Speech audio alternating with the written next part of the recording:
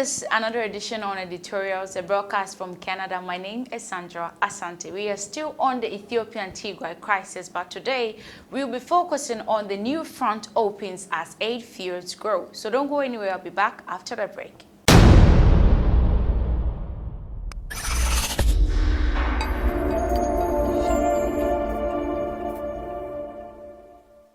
You're welcome back from the break. Thank you so much for staying with me. A bloody 8-month battle for control of the northern Ethiopian state of Tigray has spilled over into the neighboring region of Afar in the past weeks. At least 20 civilians have been killed and 54,000 people have been displaced.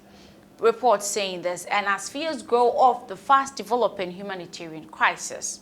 Several people in the Afar told the BBC the forces Tigray People's Liberation Front TPLF has killed civilians. This is what they are claiming, but this accusation has not been independently verified. The BBC has also heard reports of numerous airstrikes targeting TPLF positions in Afar over the past few days.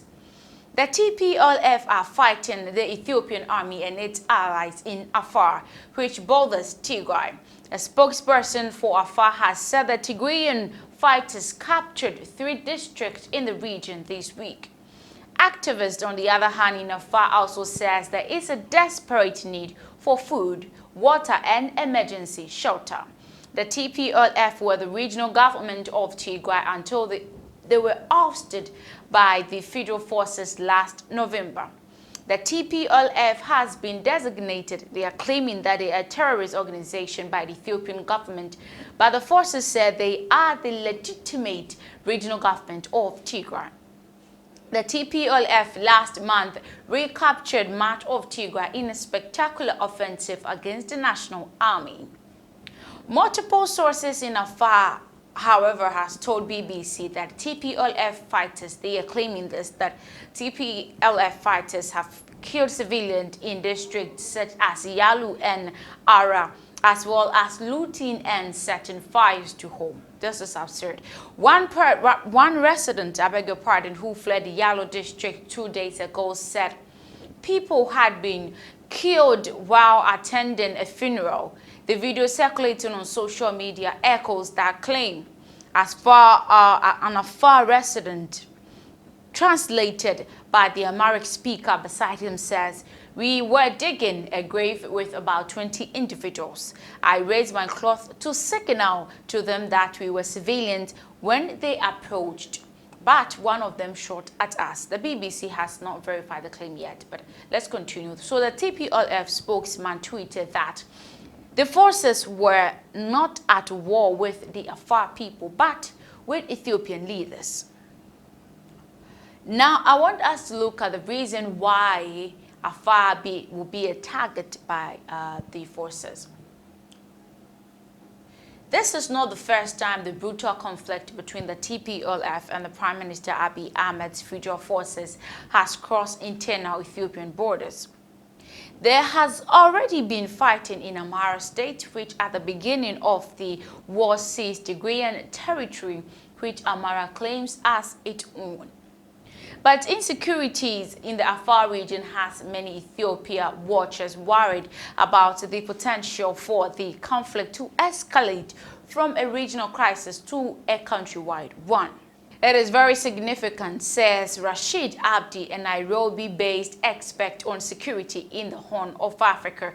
Afar straddles multiple strategic highlights and highways, one linking Tigray to the rest of Ethiopia. Another is a main arterial highway linking Ethiopia to Djibouti. Ethiopia is a landlocked country, and 95% of its cargo traffic travels along the highway. He says if the TPLF seizes this corridor, it will cause serious disruption to Ethiopia. Will Davison, an Ethiopian analyst at the International Crisis Group, agrees that disrupting trade could be the strategy behind the TPLF's offensive in Afar. That is what he's also claiming. But the main goal was to build on recent gains and combat in Afar, the federal and regional forces Mr. Abiy had guarded to mount a renewed offensive on Tigray. But a possible objective is to cut the Djibouti route, or at least demonstrate that they have the capacity to do so. He stated that. Another possible reason in there may be an effort by the Tigrayan forces to try to improve humanitarian access through the region. Now, I want us to look at how serious the humanitarian situation is getting in Tigray. Delivering aid in Tigray has been extremely challenging over the past few months, despite the urgent need there. On Thursday, the International Authority on Famine Classification, the Integrated Phase Classification, the IPC, as it is known, said 400,000 people in Tigray were experiencing catastrophic levels of hunger. The IPC says 4 million people across Tigray, Amhara and Afar need emergency assistance of some kind, but the UN World Food Programme, WFP, suspended aid deliveries along the Afar route after 10 vehicles convoy headed for Tigray was attacked on Sunday. The convoy was about 120 kilometers, that is 75 miles, from the regional capital, Samara, when the attack took place.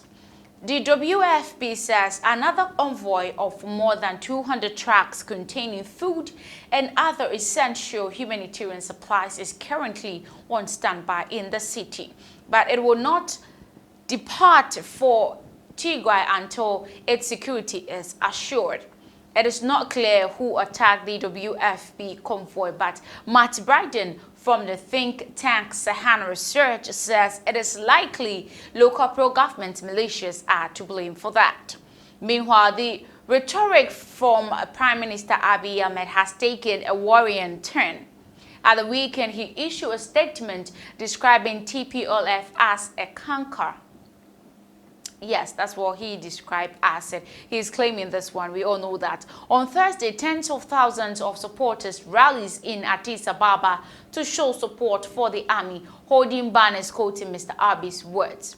Unless there is a dramatic change soon, Ethiopia could be on a path to state failure, said Mr. Biden. 5 years ago, the Ethiopian army was the most powerful in the region. The fact it couldn't secure Tigray shows how quickly the situation is deteriorated. Thank you so much for tuning in for today's editorial. My name is Sandra Asante. Do have a blessed day.